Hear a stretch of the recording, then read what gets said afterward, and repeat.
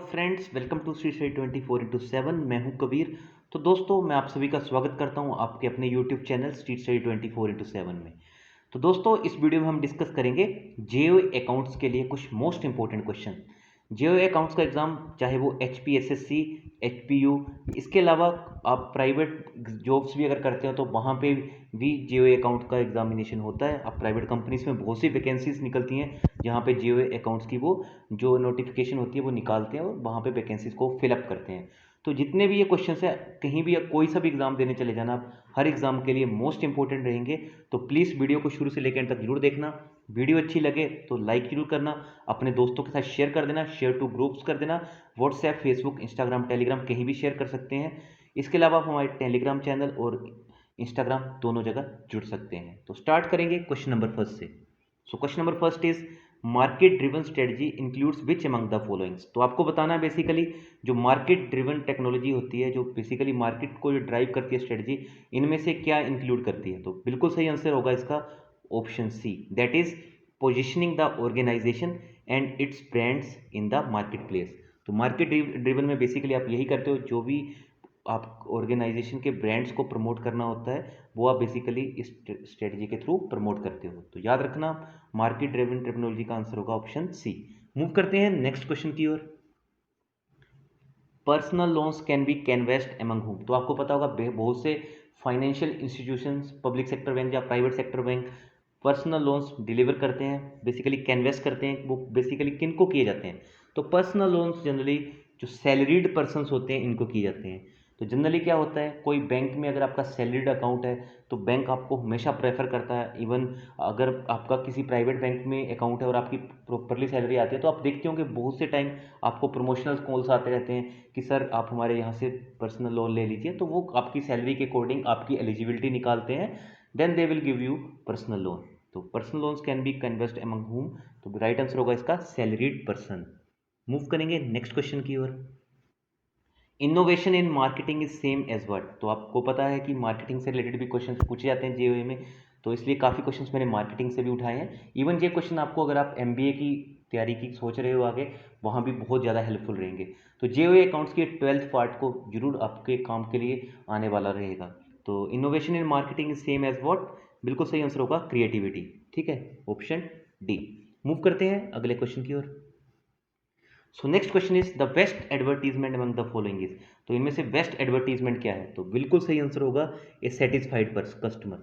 तो ए satisfied customer को क्यों बेस्ट एडवर्टीजमेंट बोला गया है? क्योंकि जब कोई कस्टमर सेटिस्फाई होगा तो बाहर जाके क्या करेगा वो, एक अगर मैं बैंक की एग्जांपल ले लूँ, ठीक है, तो आपको पता है बहुत से बैंक्स का इवन नाम भी खराब है कि वहाँ पे कस्टमर सर्विस अच्छी नहीं मिलती है, एक जगह से दूसरी जगह पे भी भेजा जाता है। ठीक है, तो अगर कोई कस्टमर बहुत ज़्यादा सेटिस्फाई होगा तो क्या करेगा, वो बाहर जाके आपकी सर्विसेज को प्रमोट करेगा। ठीक है, सपोज करो आपने किसी कंपनी का कोई प्रोडक्ट यूज़ किया, सपोज करो मैं HUL की बात करता हूँ, हिंदुस्तान यूनिलीवर की। अगर आपने इसका कोई प्रोडक्ट यूज़ किया है तो डेफिनेटली आप मार्केट में जाके बोलोगे कि हाँ यार ये वाला प्रोडक्ट है, बहुत शानदार प्रोडक्ट है।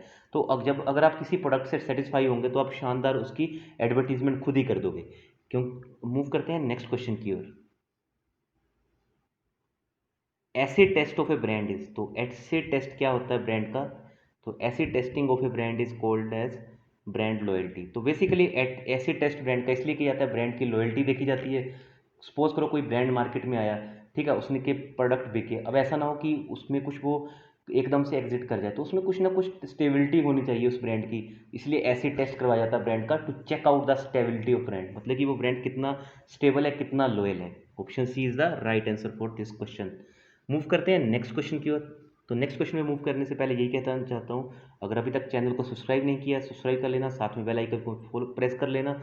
इसके अलावा आप हमें इंस्टाग्राम पे फॉलो कर सकते हैं स्ट्रीट स्टडी 247, टेलीग्राम पे भी ज्वाइन कर सकते हैं @स्ट्रीट स्टडी। तो दोस्तों, अगर आपको वीडियो अच्छी लगती है तो प्लीज़ लाइक कर देना, आपके लाइक करने से हमें जस्ट मोटिवेशन मिलती है और कुछ नहीं होता है। मूव करेंगे अभी नेक्स्ट क्वेश्चन की ओर। In addition to product price promotion, the augmented marketing mix for service include all of the following except।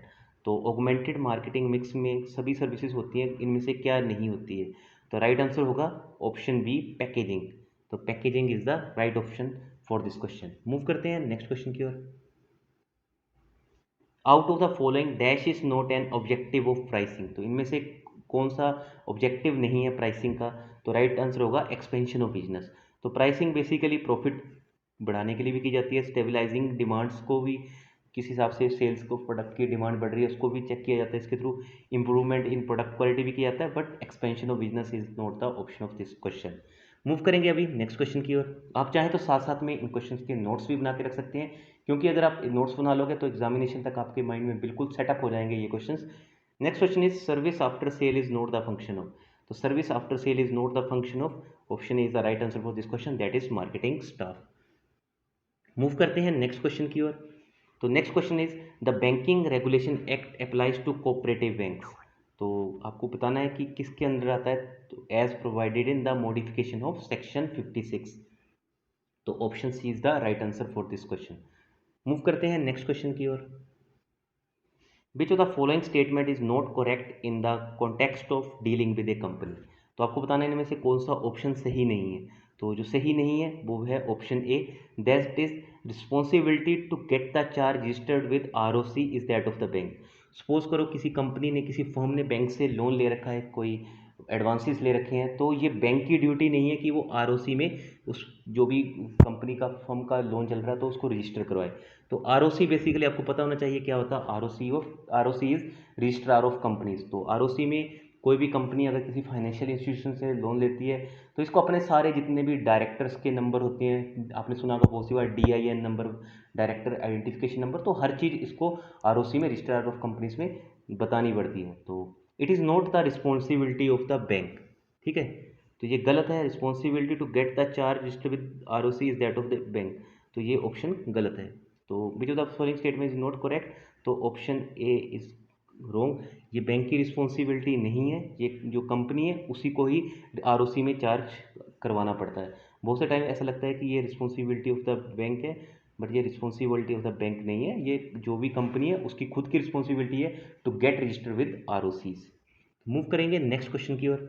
In which of the following situation different partner of combination remain separate entities. तो आपको बताना था किस situation में different partners of the combination, जो different partners होते हैं combination के, वो सेपरेट एंटिटीज की तरह रहते हैं। तो ऑप्शन से A is the right answer, that is alliance. Move करते हैं लास्ट क्वेश्चन की ओर। तो दोस्तों ये लास्ट क्वेश्चन इस वीडियो का, bank companies can promote a subsidiary for the business activities mentioned. तो बैंक कंपनीज को, किसी भी कंपनी को प्रमोट कर सकती हैं subsidiary for the business activities. ये कहाँ मेंशन है, it is mentioned under section 6(1) of the banking regulation act. तो बैंकिंग रेगुलेशन एक्ट भी कभी कभी पूछा जाता है कि VR एक्ट कौन सा है, तो आपको बताना याद रखना है VR एक्ट 1949 है, ठीक है। वहीं अगर RBI एक्ट की बात करें तो RBI एक्ट वो कौन सा रहता है, वो 1935 रहता है। तो RBI एक्ट और BR एक्ट से 1949 है, दिस इज BR एक्ट 1949। तो ये आपको कंफ्यूज नहीं होना है, BR बैंकिंग रेगुलेशन एक्ट से बहुत से क्वेश्चन पूछे जाते हैं, तो आपको याद रखना है banking regulation act 1949, RBI act 1934। ये दोनों क्वेश्चंस आप चाहें तो आप नोट डाउन भी कर सकते हैं, बट इतने इंपॉर्टेंट नहीं है, बट आपको फिर भी अब एग्जामिनेशन में अगर आप जाते हो प्रॉपर प्रेपरेशन के साथ तो ये सारी चीज़ें भी आपको पता होनी चाहिए। इनमें से मेन RBI एक्ट का आपको डेफिनेटली पता होना चाहिए। RBI एक्ट तो सभी स्टूडेंट्स को एक इवन टिप्स पे होना चाहिए, और BR एक्ट में भी बहुत सी चीज़ें की गई हैं, तो BR एक्ट भी आपको पता होना चाहिए। So it is under section 6(1) of the banking regulation act. So दोस्तों जितने भी क्वेश्चन थे वीडियोस में मैंने कवर कर दिए। आई होप वीडियो अच्छी लगी होगी। वीडियो अच्छी लगी होगी तो लाइक कर देना, दोस्तों के साथ शेयर करना। चैनल पर पहली बार आए होंगे तो चैनल को सब्सक्राइब करके रख लेना। बहुत जल्दी मिलेंगे नेक्स्ट वीडियो के साथ। So thank you.